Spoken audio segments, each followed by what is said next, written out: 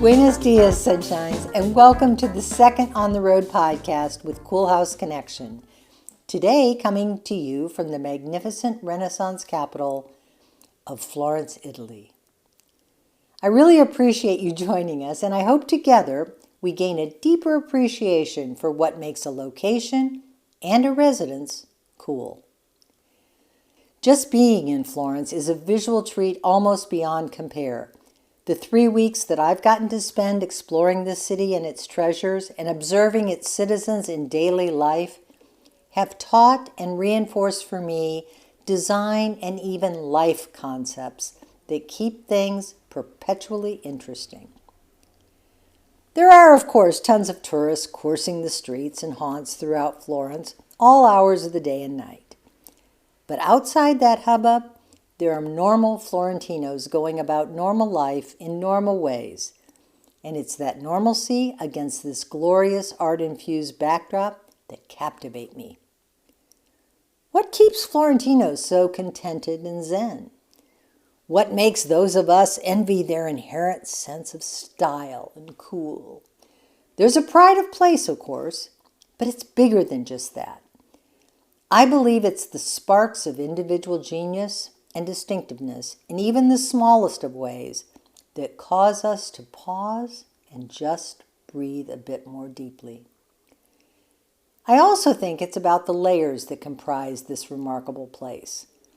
Layers are part and parcel of what make Florence, Florence. Layers are most certainly the secret code to visiting Italy in the shoulder season. Dress in layers, the experts say, and they're right. But layering here is so much more than just a dress code. It also happens to be the subtle sophistication that is at the heart of what we love being surrounded with here.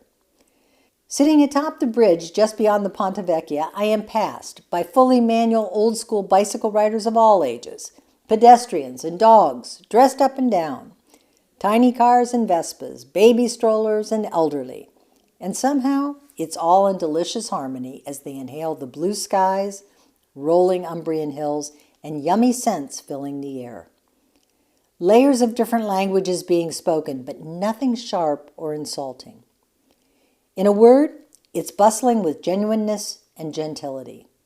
Folks simply going about their Saturday unhurried and yet appreciative of all that surrounds them. It affects you, and in ways that imprint on your soul.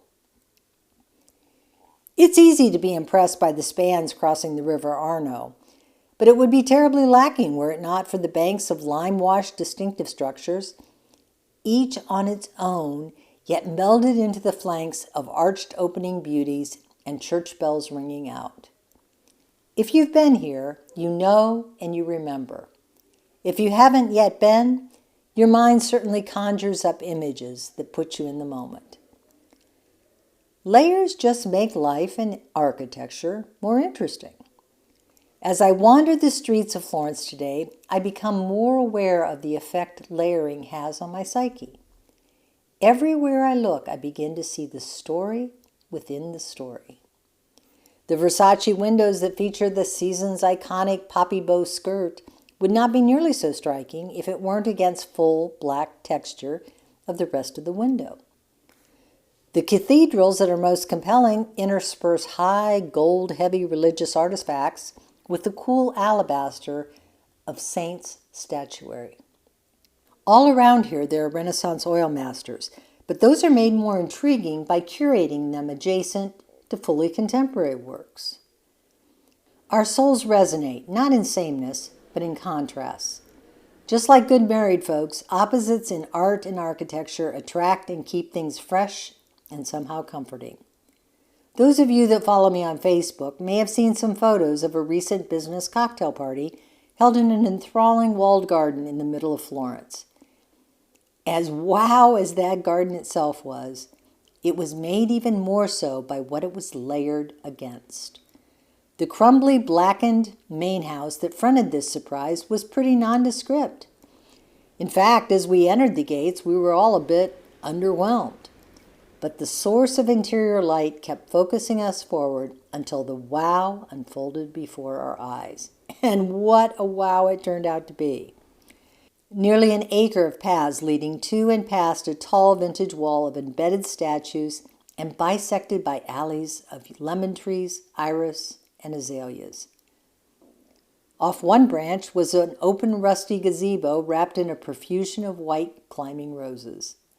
Behind and adding another layer of character was the old silvered paned windows of the garden shed. Walking past it, I felt a bit like Liesel in the rainy dance sequence with Rolf. Another spur meandered to a side entry to the home and boasted veggie starts in cold frames. There was something new and interesting around each and every corner. So much so that the house itself was almost an afterthought. Which got me thinking, can the garden be more than the house itself? If you buy a house in our mountains and have a mediocre mountain view, why not take a page from the Florentines and create a stunning vista within a walled garden? How do Florentinos take the tourism all around them on a grand scale and still manage to keep it an intimate community vibe? I learned this morning in one of our many museum visits that as far back as the 13th century, Florence had a population of more than 80,000 residents. How one distinguishes oneself in that centuries deep crush of humanity is really interesting to delve. Watching the locals go about their day-to-day work and life with serene, confident smiles these past few weeks yields some clues. For example, I mentioned that all along the River Arno are symmetrical bridges and monolithic shuttered window multi-story grand residences. Lots of sameness, but then there's the Ponte Vecchio, with tiny houses built up along its edges. Those tiny houses gave the Medicis easy access and grand surprise impact. That top layer makes all the visual interest.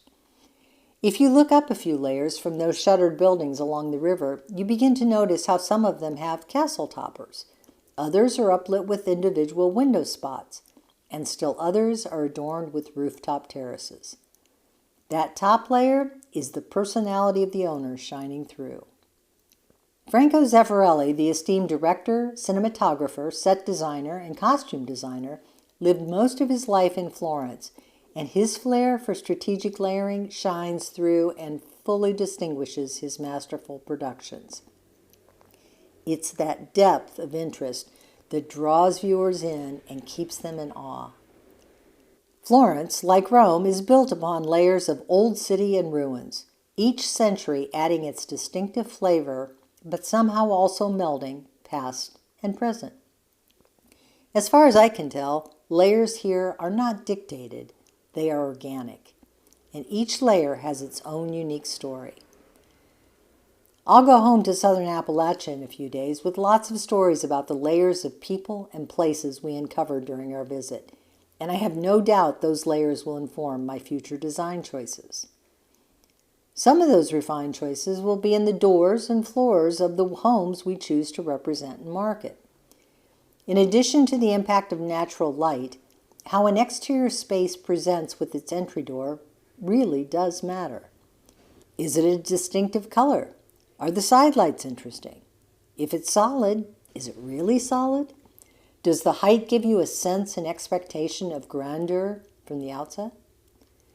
As I deep dive on the available inventory in Yancey County, I find a precious few that have the design sensibilities of a real entry, and even fewer of those that use the entry space to define a foyer that is more than just a cluttered mudroom.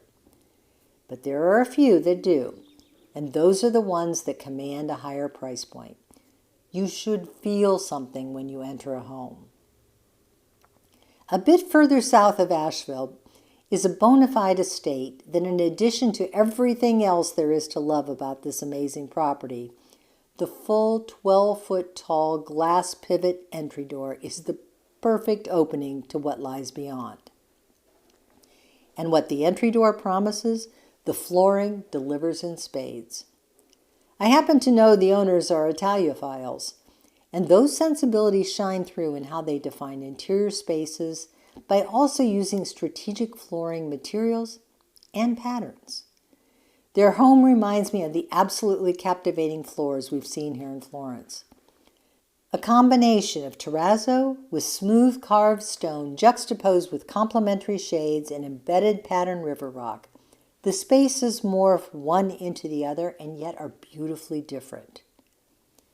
When you think about it, using flooring is a perfect low-key and beautiful way to set apart individual chapels from the grand naves. And another fun part about flooring as art is that it does not and should not mirror what's on the walls or ceilings. It's a canvas unto itself, and using flooring as art provides yet another way to convey layers of beauty. Finally, consider the one thing nearly all tourists remark on about exploring Florence on foot, and that is the ancient cobblestone streets and alleys. Those meandering wanders wouldn't be nearly so interesting underfoot if they occurred on asphalt.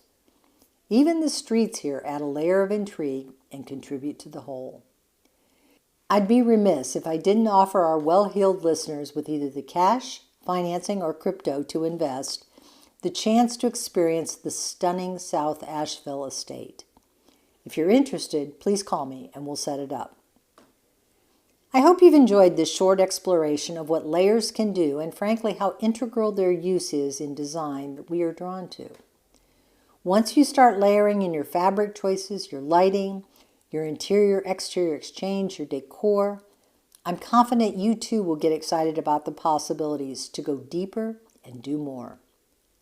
Well, that's a wrap from Florence, Italy for Cool House Connection. Our next podcast will return to our beloved Yancey County, which is itself layers of coolness and intrigue. I hope you'll join us and invite your friends. The discussions we start here on Cool House Connection might just spur you to ramp your own vision for your home and environment. Remember, our new episodes drop every other Tuesday at 1 p.m. Eastern Standard Time, and you can download them wherever you get your podcasts. Have a great next 2 weeks, and stay cool.